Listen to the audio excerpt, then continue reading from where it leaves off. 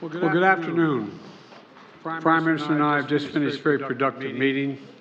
And Prime Minister, I know you've got to get up to Capitol Hill very soon and to address the joint session of Congress. It's a testament to the strong and enduring and thoroughly bipartisan support that exists all across the United States for the friendship and partnership between India and the United States that they're anxiously waiting to hear you up on Capitol Hill. A partnership that is among the most consequential in the world, that is stronger, closer, and more dynamic than any time in history. Mr. Prime Minister, we've met many times over the past few years, most recently in Hiroshima at the G7 summit, and each time I was struck by our ability to find new areas of cooperation. Together, we're unlocking the shared future of what I believe to be unlimited potential.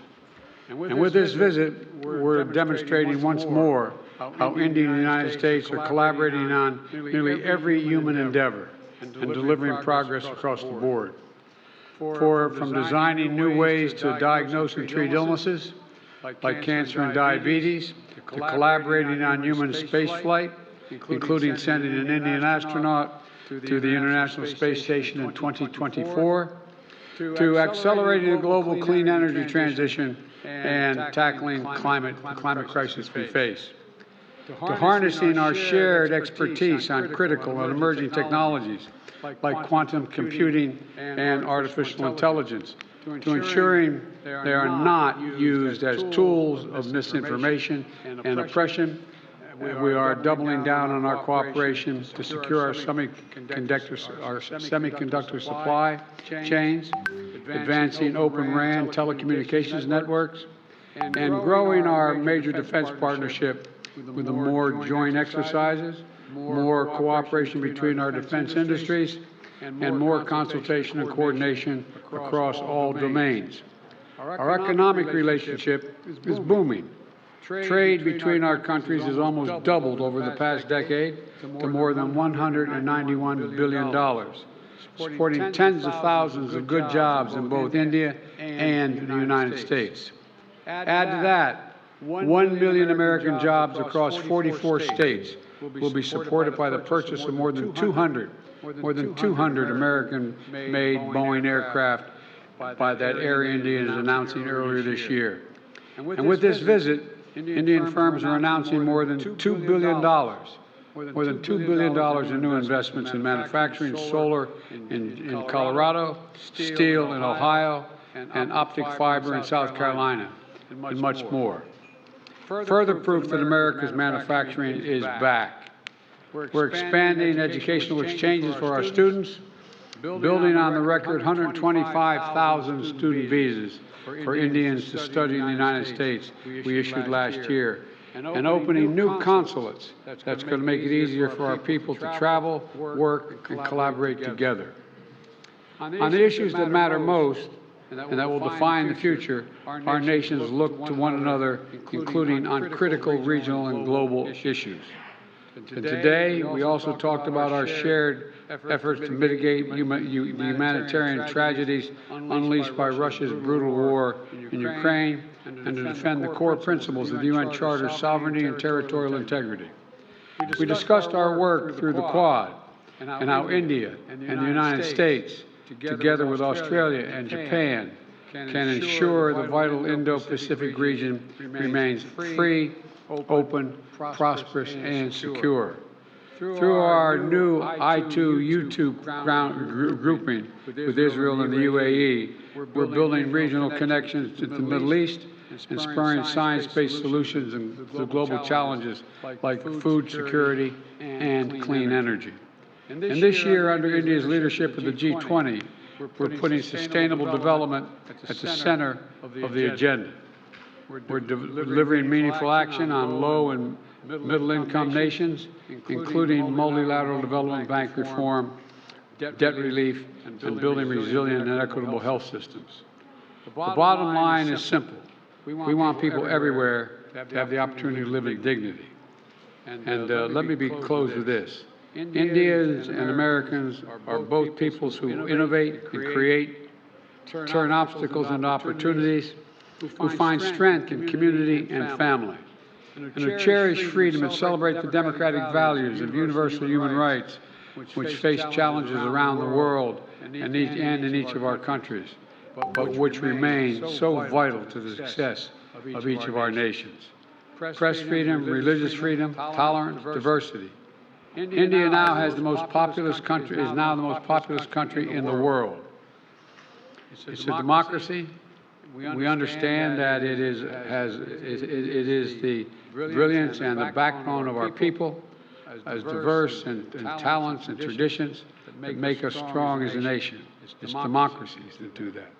We see that so clearly here in the United States, where a vibrant Indian American community of more than 4 million strong contributes every single day to the writing of the future of our nation. Indian Americans of every background and faith, representing the full diversity of India, are pursuing their American dream while maintaining deep connections for their Indian heritage and families. That makes us all stronger. That is the cornerstone of this essential partnership between India and the United States. And that is why I know the friendship between our nations is only going to grow as we face the future together. Mr. Prime Minister, the floor is yours.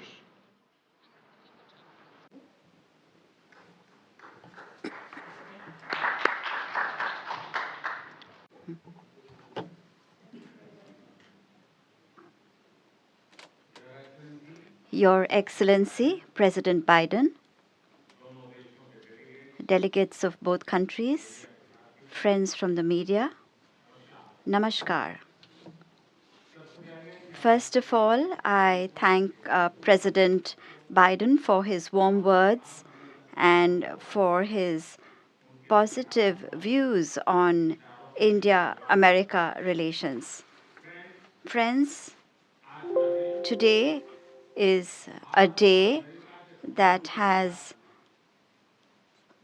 special importance in the history of India-America relations. Our discussions today and the important decisions we have taken have added a new chapter to our comprehensive and a global strategic partnership. They have given it a new direction and a new energy. Friends, a trade and investment partnership between India and America is important not only for our two countries, but for the global economy as well. Today, America is India's biggest trade partner. We have decided to resolve long pending trade-related issues and make a new beginning. The initiative for critical and emerging technologies, ICET, has emerged as an important framework for our technical cooperation. By increasing our cooperation in fields such as artificial intelligence, semiconductors, space, quantum, and telecom, we are creating a strong and futuristic partnership. The decision taken by American companies such as Micron, Google, and Applied Materials to invest in India symbolizes this futuristic partnership. During this journey, I also had the opportunity to meet some other American CEOs, and in my discussions with them, I could feel their enthusiasm and their positive views about India. We both agree that to make our strategic technology partnership meaningful, it is very important that governments, businesses, and academic institutions come together in order to implement India and America's shared vision on clean energy transition, we have taken several important initiatives. These cover areas such as green hydrogen, wind energy, battery storage, and carbon capture. We have also decided that in the midst of global uncertainties, India and America will, as trusted partners, create reliable, secure, and resilient global supply chains and value chains as well. The close defense cooperation between India and America symbolizes our mutual trust and shared strategic priorities. Moving away from the old buyer seller relationship we had earlier, we have transitioned today to a relationship involving transfer of technology, co development, and co production. The decision taken by General Electric to manufacture engines in India through transfer of technology is a landmark agreement. This also opens up new job opportunities in both countries. This will give our defense cooperation a new character in the times to come. The defense industries and startups of both countries are important partners in this cooperation. Bringing them together is the key objective of our defense industrial roadmap. In the area of space science and technologies, we have had long standing cooperation. By taking the decision to join the Artemis Accords, we have taken a big leap forward in our space cooperation. In fact, in short, for India and America partnership, even the sky is not the limit. Friends, the most important pillar of our relations is our people-to-people ties. More than 4 million people of Indian origin today make significant contribution to the progress of America. In fact, just this morning, the large number of Indians that gathered at the White House demonstrates that the Indian Americans, in fact, are the real strength behind our relations. In order to further deepen these relations, we welcome America's decision to open consulates in Bengaluru and Ahmedabad. Similarly, we will also open a new Indian consulate in Seattle. Friends, in our meeting today, we discussed several regional and global issues. Peace and security in the Indo-Pacific is our common priority. We agree that the development and success of this region is important for the entire world. We shared our views to enhance coordination with all countries in this region along with our Quad partners. India and America stand shoulder to shoulder in the fight against terrorism and fundamentalism. We were in agreement that concrete actions are needed in order to end cross-border terrorism. The COVID pandemic and the Ukraine conflict have afflicted the countries of the Global South in particular. We believe that in order to resolve these problems, it is absolutely imperative for all countries to unite. From the very beginning of the events in Ukraine, India has laid emphasis on resolution of dispute through dialogue and diplomacy.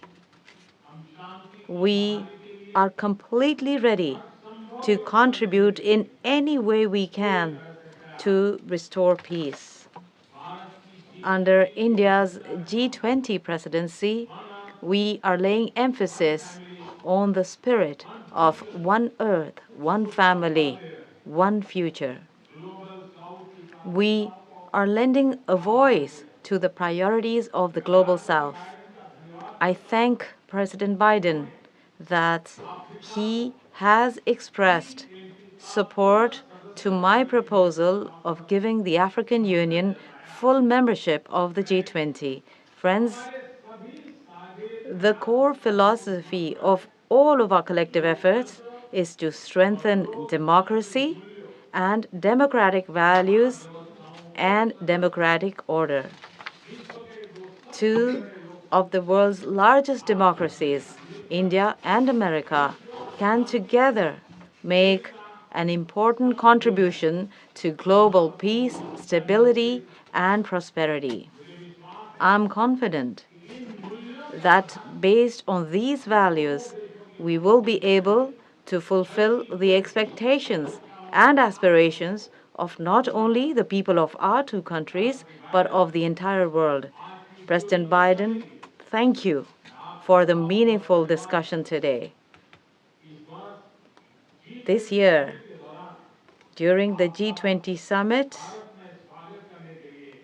we are looking forward to welcoming you. This is myself, and all of India is looking forward to welcoming you to India.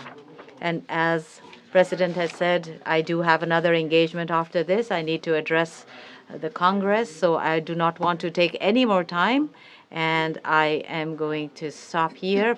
Once again, President Biden, thank you very much. Well, the Congress is actually anxiously waiting to hear you. I'm told there are two questioners, Sabrina from the Wall Street Journal and Kumar from the Trust of India. And Sabrina, you first. Thank you, Mr. President. I have a question for the Prime Minister, but first a two-part question for you. Your comments at a fundraiser this week appear to be the first time in recent memory that a sitting U.S. president has called a Chinese leader a dictator. Did those comments about President Xi undermine or complicate the progress your administration has made in maintaining a relationship with China?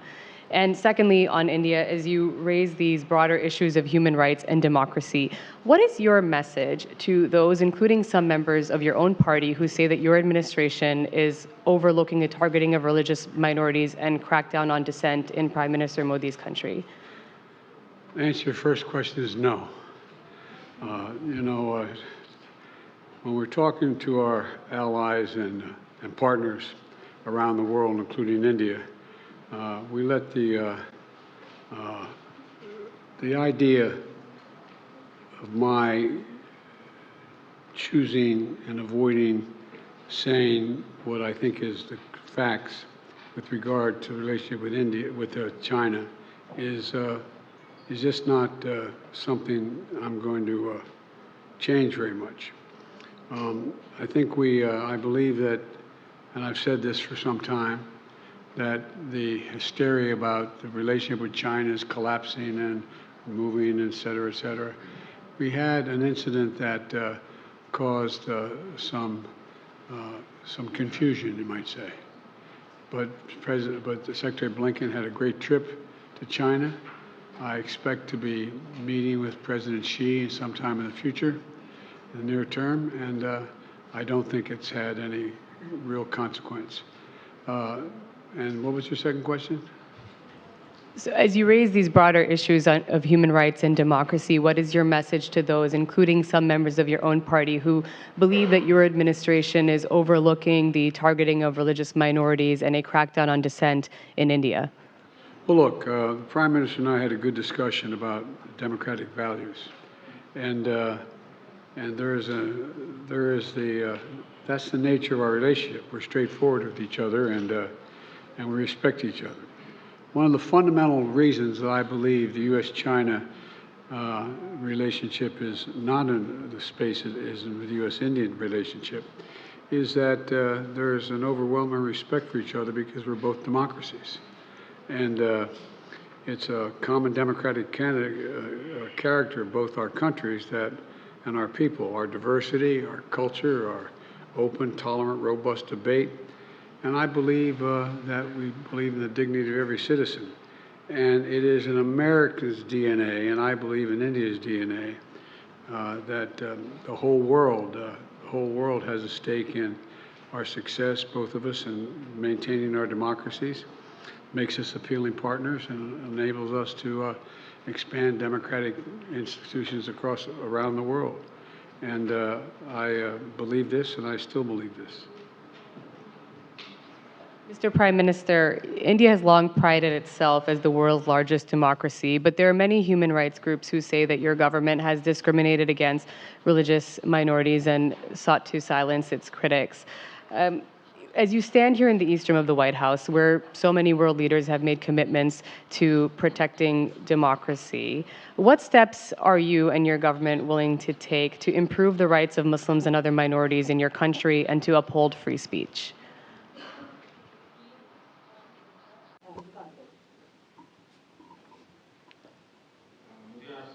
I'm actually really surprised that people say so and so. People don't say it. Indeed, India is a democracy.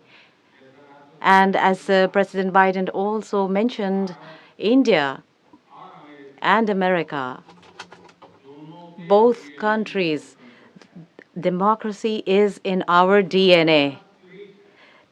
Democracy is our spirit. Democracy runs in our veins. We live democracy.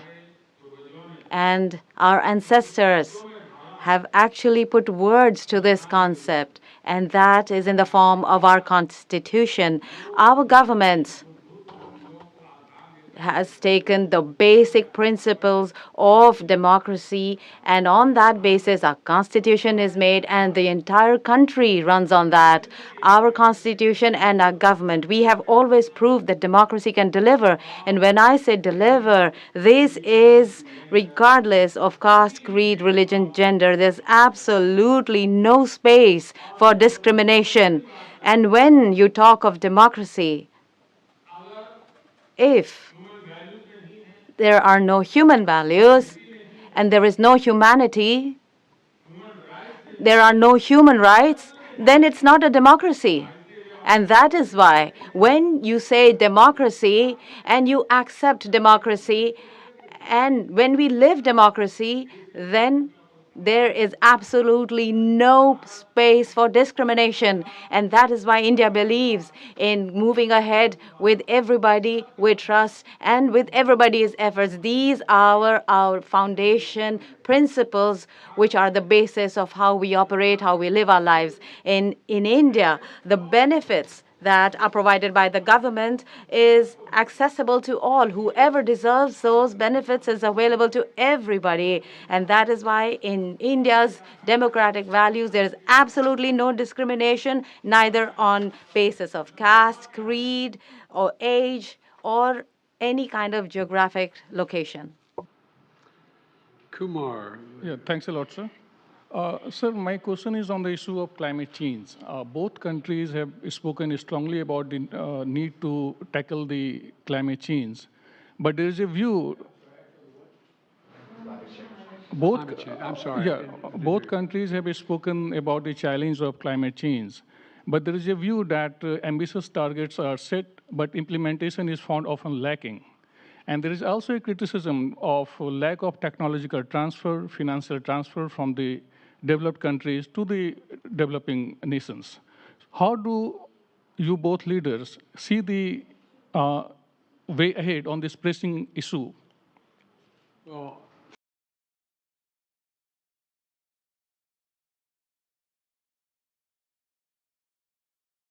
first of all, I think it is the existential threat to humanity, climate change. It's the most serious problem we face as human beings. We have to keep it below 1.5 degrees Celsius. We've made enormous progress here in the United States on dealing with this issue by doing three things. Number one, by insisting that we move every one of our industries into a position where they can take advantage of cheaper and more extensive and more available renewable energy, whether it's solar or wind or hydrogen and green hydrogen. There's a whole range of things we've been working on. In addition to that, we find ourselves in a position that what we've done is that we have significantly reduced for example, I made a commitment that we are going to make sure that by 2030, 30% of all our land and sea and oceans were in conservation, could not be developed. We're well on our way to doing that, and that's also absorbing carbon from the air as a consequence of that because of the conservation.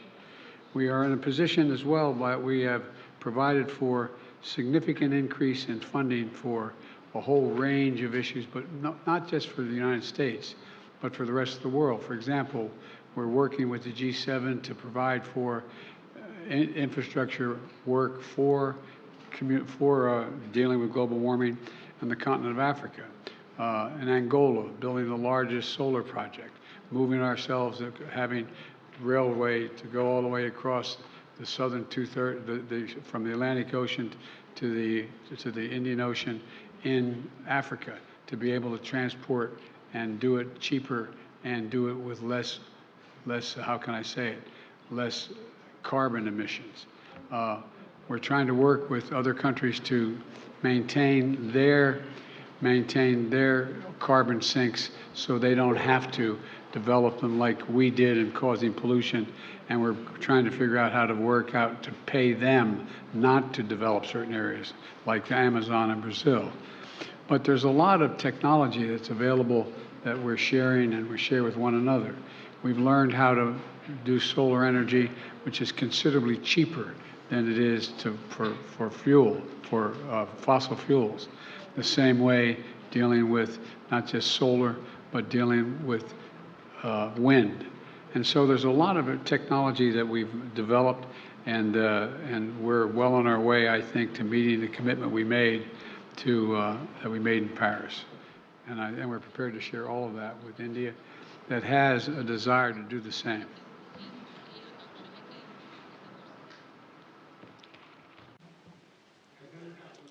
Excellency, you said very rightly that as far as India is concerned, the environment, climate, these are extremely important in our cultural traditions. For us, the environment is an article of faith. This is not just something that we need to do for convenience. We believe this. We do not believe in the exploitation of nature.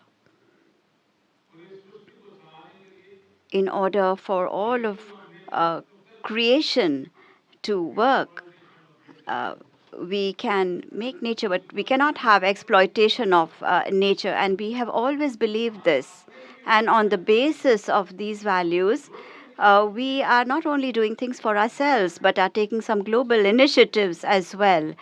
You perhaps know that the G20 countries, the promises they made in Paris, of all the G20 countries, India is the only country that has fulfilled all the promises it made at the G20. Not just that, in the area of solar energy in Glasgow, we had set ourselves the target to achieve 500 gigawatts of renewable energy.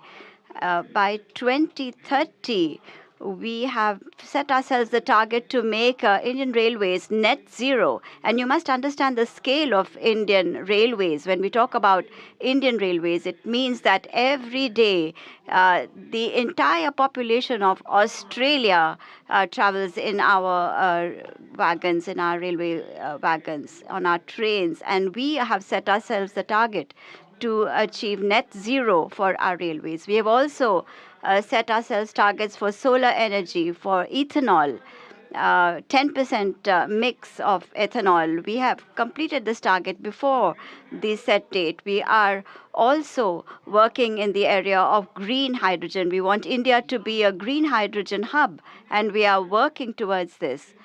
In the International Solar Alliance has been launched by India, and many countries have joined it and are working with India. The island countries, we have helped them in the area of solar energy so that they have now got a new confidence that we are with them in their efforts to fight climate change. And we will not only fulfill our responsibilities, but we will also help you in the area of climate change. We have seen that due to natural calamities, people talk about the death of people, no doubt, when there are natural disasters, but there is a lot of destruction of infrastructure as well. And therefore, because of climate change, the kind of crisis we are feeling, we need to develop infrastructure that is resilient. And therefore, we have created a global organization called CDRI. And you perhaps know that in Glasgow, I presented a subject to the world, and recently it was launched by the UN Secretary General and myself. That is Mission Life, and when I say life, I mean lifestyle for the environment. Therefore, every individual must live his life in a pro-environment, a pro-development way, and we are working towards this, and I am sure that whatever work India has started in all these areas, not because India has adversely affected the environment of the world. We are doing this because we have a concern for future generations. We do not want to give our future generations a world that make life difficult for them. And therefore, as a global responsibility, India has not caused any problems to the environment. However, we are playing a leading role in contributing in a positive manner as far as prosperous countries are concerned.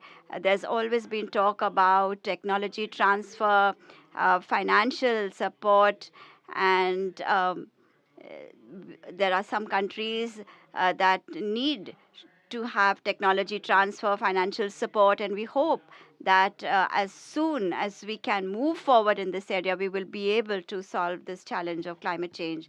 Thank you very much. We have caused damage in the United States the way we've developed over the last 300 years. And that's why I was able to convince my colleagues in the Congress to pass legislation, the largest climate fund ever in American and the world history, $369 billion, $369 billion to deal with the climate crisis. And we're doing it extensively now, and I think you're going to see significant progress. Thank you all very, very much. President,